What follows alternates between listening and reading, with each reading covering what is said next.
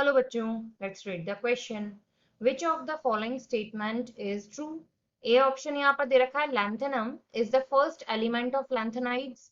B option is actinium violates the Aufbau principle. C option is chromium violate the Pauli's exclusion principle. And D option is total 10 exchanges are possible for d electrons in zinc. तो यहाँ से इस question में हमारा की concept क्या कहता है कि ओवरऑल यहाँ पर हम बात करेंगे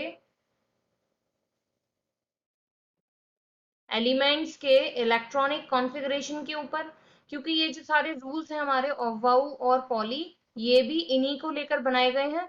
तो आज ओवरऑल इस चीज को लेकर हमें बात करना है. अब देखो फर्स्ट वाले रूल पर आते हैं. फर्स्ट में ये क्या कह रहा है, lanthanum is the first element of lanthanides. तो अगर हम लैंथेनाइड्स की बात करें तो लैंथेनाइड्स आपके स्टार्ट होते हैं एटॉमिक नंबर 58 से लेकर 71 तक. तो और हम यहाँ पर इस लैंथेनम एलिमेंट की बात करें तो ये लैंथेनम का एटॉमिक नंबर आपका होता है 57. तो इसका मतलब ये लैंथेनम आपकी प्रॉपर्टीज तो मैच करता है लैंथेनाइट से, लेकिन ये इसका मेंबर नहीं होता, क्योंकि लैंथेनाइट्स कहाँ से शुरू होते हैं, 58 से 71. तो अगर इसके फर्स्ट एलिमेंट की बात करें तो वो उसका फर्स्ट एलिमेंट यहाँ से होता है सीजियम. तो पहला ऑप्शन आपका क्या हो जाता है, यहाँ से गलत हो जाता है. बी की बात करें कि एक्टिनियम ओवाउ प्रिंसिपल के रूल्स को वायोलेट करता है. देख लेते हैं. तो ओवाउ प्रिंसिपल के अकॉर्डिंग किस तरीके से फिलिंग होनी चाहिए कि जो मिनिमम एनर्जी वाला जो ऑर्बिटल है उसमें इलेक्ट्रॉन्स पहले जाएं, उसके बाद एनर्जी की बढ़ती हुई सीरीज में इलेक्ट्रॉन्स की फिलिंग हो. तो ओवाउ के अकॉर्डिंग जो फिलिंग होनी चाहिए थी वो सबसे पहले 7s में, इसके बाद 5f में और इसके बाद 6d में होनी चाहिए थी. लेकिन अगर हम यहाँ से बात करें एक्टिनियम को लेकर, एक्टिनियम जिसका एटॉमिक नंबर यहाँ से कॉन्फ़िगरेशन इस तरीके से आ जाता है आपका रेडॉन, और यहाँ आ जाता है आपका 6d1 7s2. इसमें 7s में इलेक्ट्रॉन्स जाते हैं, 6d में जाते हैं, लेकिन 5f की बात नहीं होती. तो यस, ये रूल आपका ओवाउ को वायोलेट करता है, फॉलो नहीं करता. ये ऑप्शन आपका करेक्ट हो गया.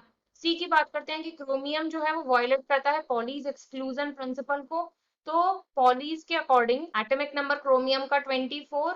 अब देखो पॉली क्या कहते हैं, पॉली के according no two electrons in same atom can have identical values for all four of their quantum numbers. तो यहाँ पर अगर इसका आप कॉन्फ़िगरेशन करोगे तो आपको वैल्यू यहाँ कुछ इस तरीके से आएगी 3d5 4s1. तो यहाँ पर क्या था कि पॉली को तो ये फॉलो करते हैं, किसी भी यहाँ पर दो आपकी सेम यहाँ पर कोई वैल्यू नहीं आती क्वांटम नंबर्स की. हाँ, अगर इसकी जगह हमको दिया होता कि ओवाउ को वायोलेट करते हैं तो हम उसे करेक्ट मान लेते.